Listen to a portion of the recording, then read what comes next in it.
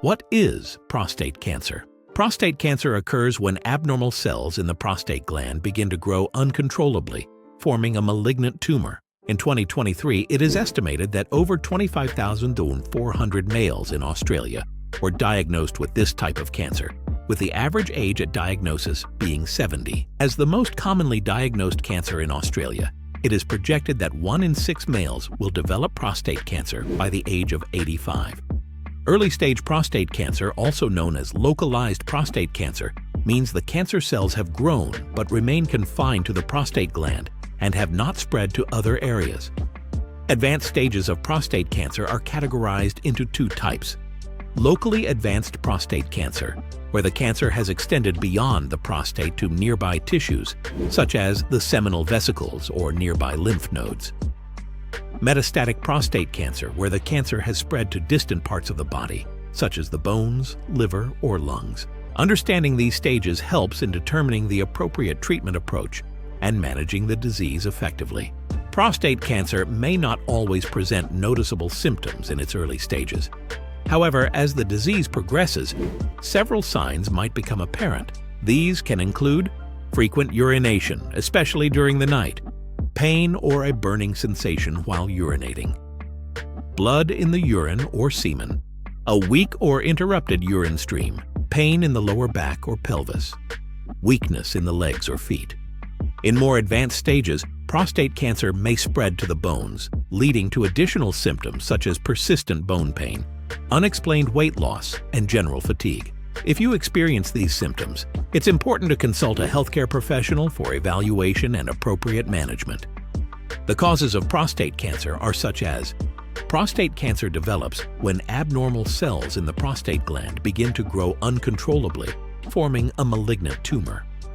Several factors can increase the risk of developing prostate cancer, though not all individuals with these risk factors will necessarily develop the disease. Understanding these factors can help in identifying individuals who may benefit from closer monitoring or preventative measures. Age is a significant risk factor for prostate cancer. The likelihood of developing the disease increases markedly after the age of 50. Family history plays a crucial role in prostate cancer risk. If a close relative, such as a father or brother, was diagnosed with prostate cancer before the age of 60, your risk is elevated. This increased risk can be attributed to inherited genetic mutations that predispose individuals to the disease. Genetic mutations are also a significant risk factor.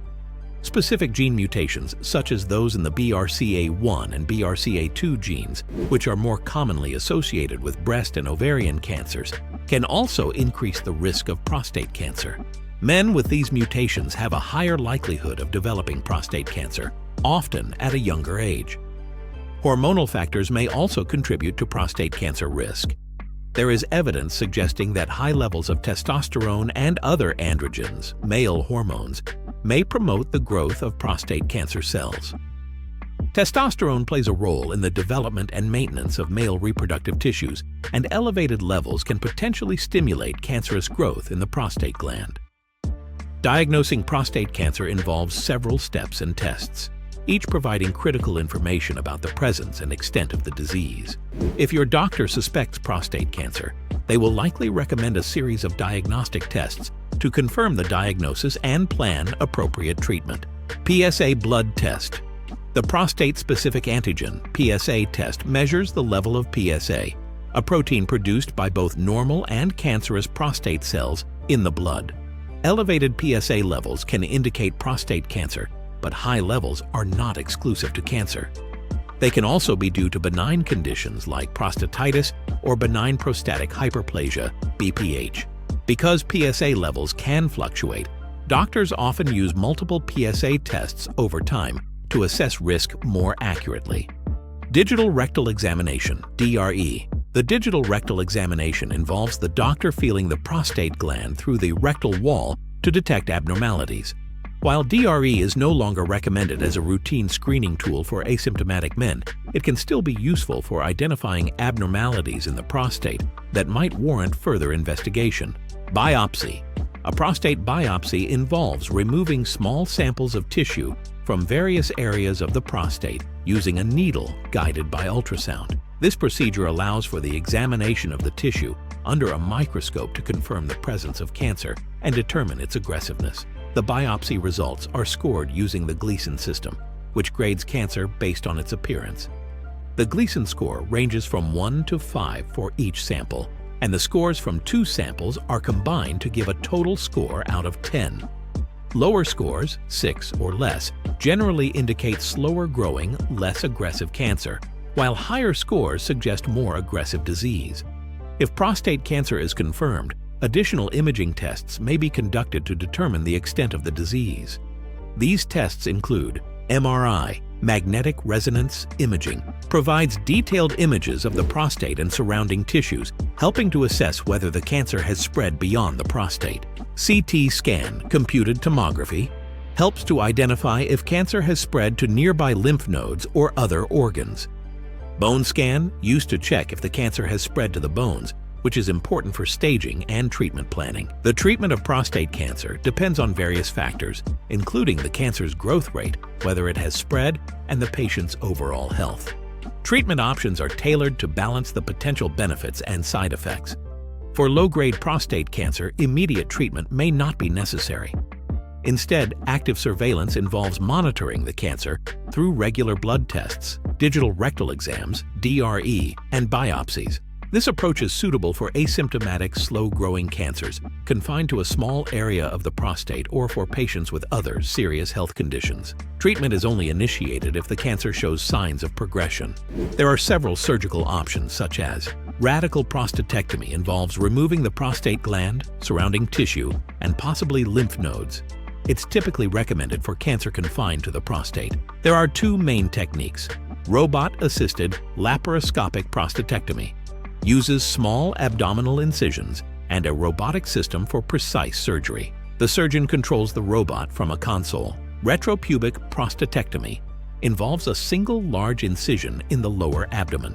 This method is less common but may be used in specific cases. Radiation therapy. Radiation therapy uses high-energy beams to kill cancer cells. There are 2 types. External beam radiation therapy delivers radiation from outside the body to target the prostate. It typically involves daily treatments for several weeks. It can also be used post-surgery or for metastatic cancer to manage symptoms.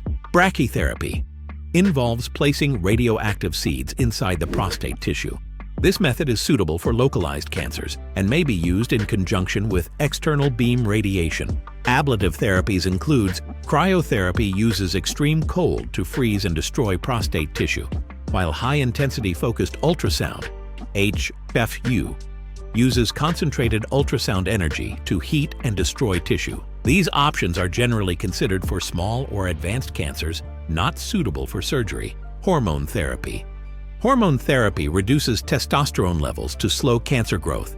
Options include LHRH agonists and antagonists, prevent testosterone production.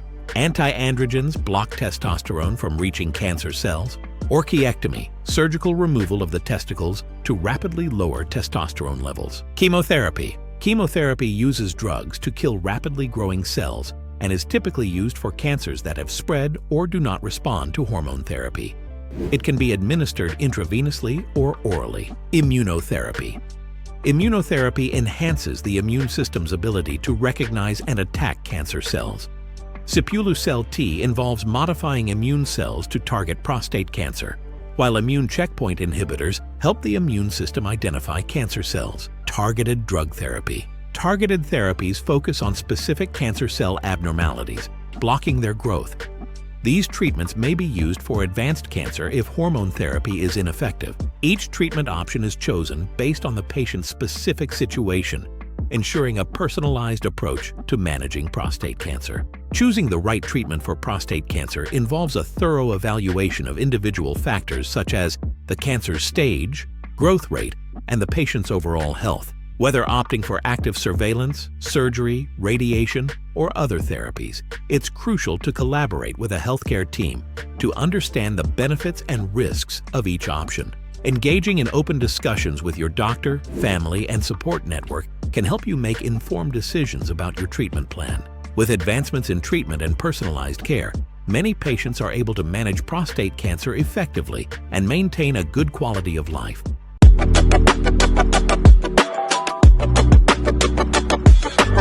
Please click on the next video for more Live Good info. Thank you very much.